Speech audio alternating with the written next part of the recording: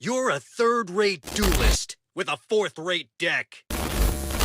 Hello everyone and welcome back to my channel. Time to construct the tier list for the month of May. New main box has been out from the start of the month, so of course it was considered for this tier list. The top tiers have mostly stood their ground, but some decks from last month's tier list that were fighting for their tier list spot, namely Dark Lords, have been removed.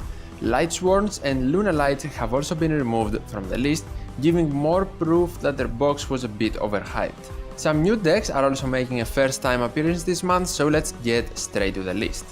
Tier 3 Sabre Dragons. I have to admit, at this point I am impressed with Sabre Dragons and how they have performed.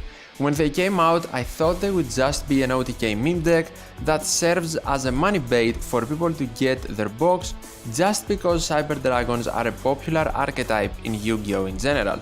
Boy was I wrong though. They are a steady tier 3 deck that has been relevant since the release of the most recent support. Nothing has really changed for them, still a force to be reckoned with their incredible OTK power, but also still lack that extra factor and extra consistency to be boosted a tier. Next I have Black Wings.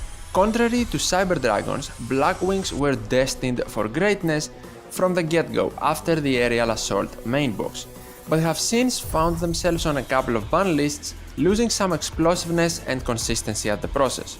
Still a great deck though, and the latest KC Cup can be a testament to that, since the deck outperformed the expectations and even got some top 10 regional spots. The reason I don't have them at tier 2 is that right now there are just better performing meta decks out there. Next, a first timer on the list, Dragunity. Finally making one of my tier lists. Dragunity seem to always get new support and good support, but not good enough to put them on the map. Well, after they got Dragunity cows, they have always been in my mind, but tier 3 is always overwhelmed with other decks and I end up leaving them off. Well, not this time. I think they deserve it this month and they have shown their ability to really stand in the meta.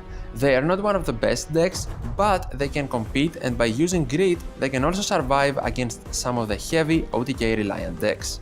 Moving on to tier 2. First up, Blue Eyes. Holding its tier from last month, although I do think the deck is seeing a bit less of play.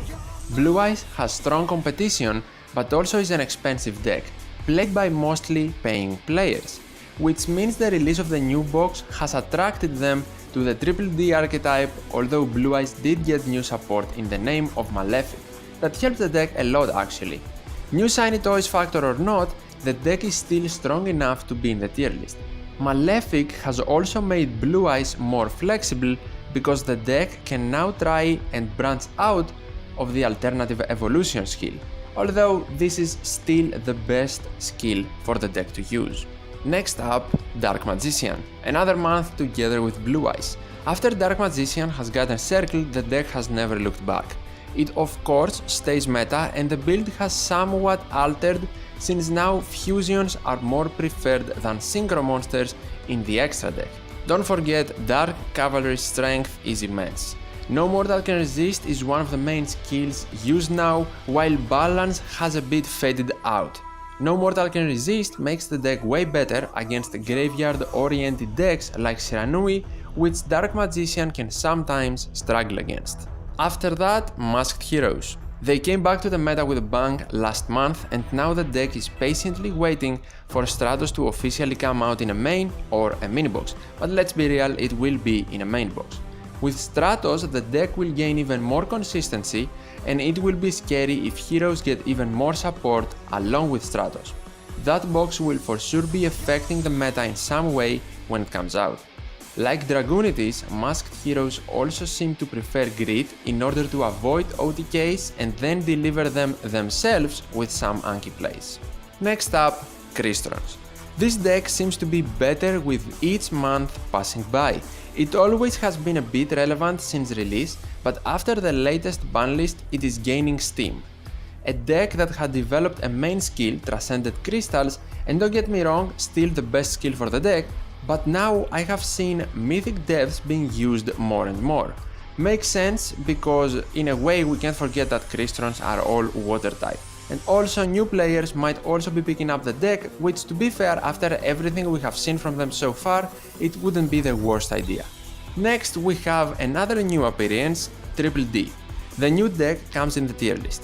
DDD is a fusion deck that was introduced in the latest main box. At first glance I thought they would be okay, but nothing more than a tier 3 deck, but I have to say they are full of surprises and can make strong plays.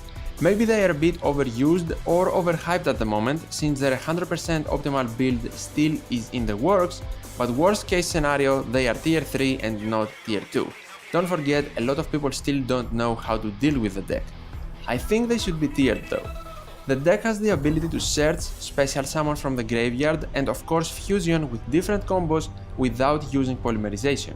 They have different monsters waiting to be fusion summoned with completely different utilities, so it is an interesting strategy to say the least. And now we reach tier 1.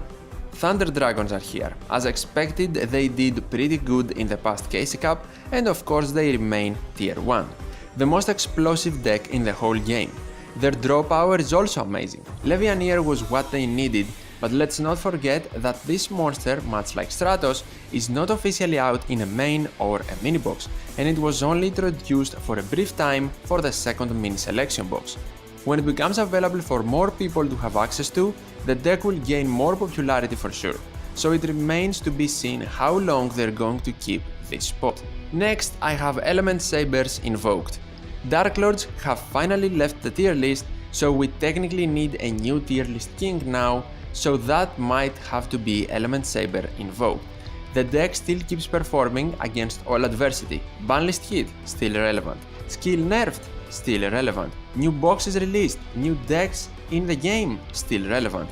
The versatility of Invoked is truly remarkable and will be one of our most used and versatile engines for a long time, in my opinion. Next, and the final deck for this month's tier list, Shiranui. Well, since the throne is up for grabs, Shiranui totally have a case to claim it. They were not nerfed as hard, but they still stay relevant and one of the best decks in Duel Links. Staying with no mortal can resist and level augmentation as their main skills, their build hasn't changed much. The deck can utilize new staple like spells and traps though, and that's why Ballista Squad has been gaining popularity in deck lists. Another card that has been gaining popularity for the deck is Artifact Lancia. Also noteworthy is the fact that Archfiend Zombie Skull and also Revived King Hades seem to be the main synchro monsters preferred, other of course than the main Shiranui ones. And that's my list for May 2020. New decks appeared and a few left the tier list with no signs of return, at least for now, but who knows what the next month will hold.